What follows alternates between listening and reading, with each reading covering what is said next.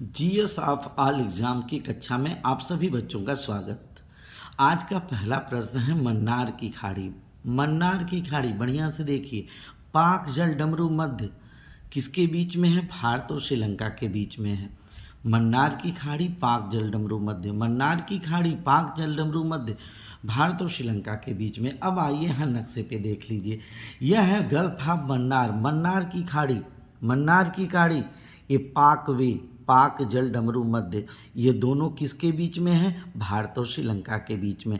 यहाँ ये तमिलनाडु है, तमिलनाडु की राजधानी मदुरै, और यहाँ पे देखिए रामेश्वरम है, यहाँ पे कन्याकुमारी है। मुख्य भारतीय भूमिका सबसे दक्षिणतम बिंदु जो है कन्याकुमारी है।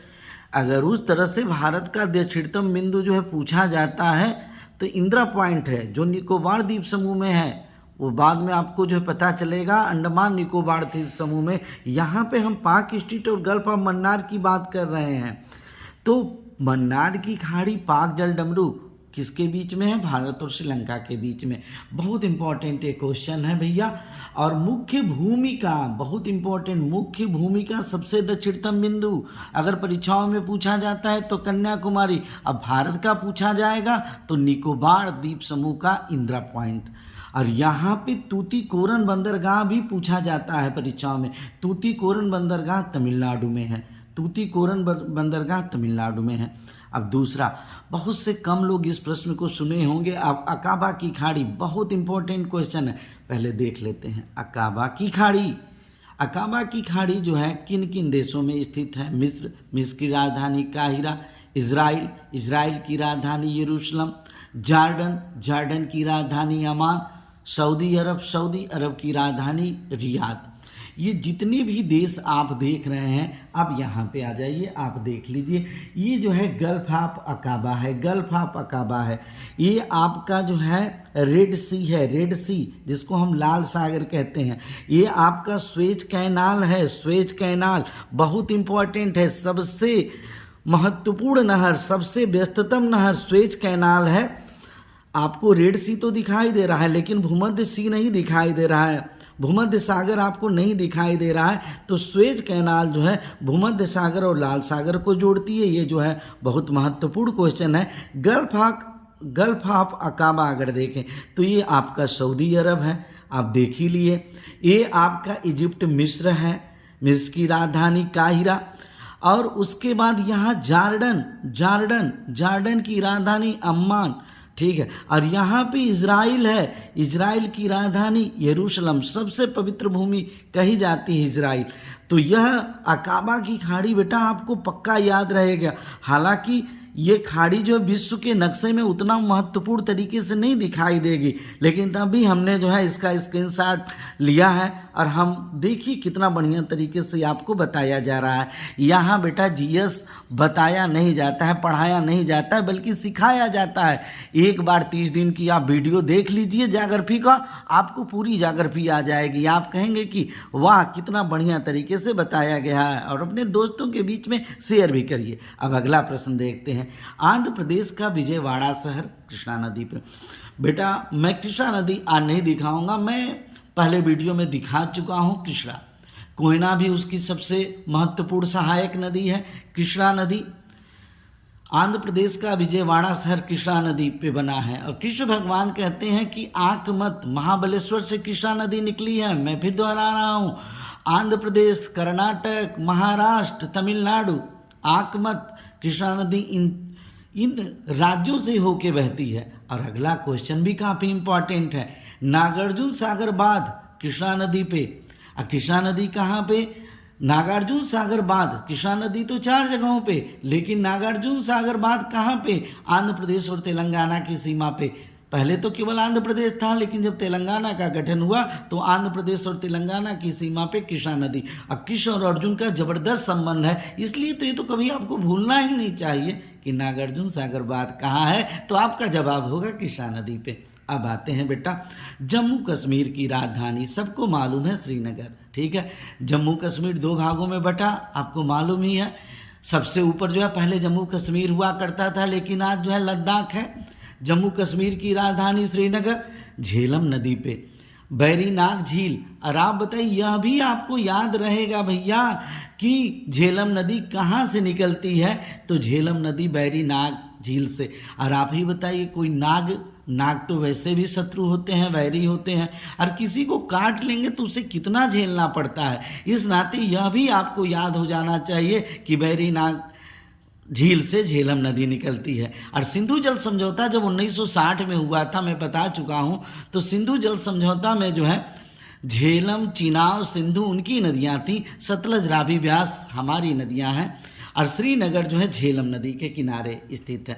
अब बेटा आते हैं सबसे महत्वपूर्ण क्वेश्चन, विश्व का सबसे बड़ा नदी द्वीप माजुली, असम, ब्रह्मपुत्र।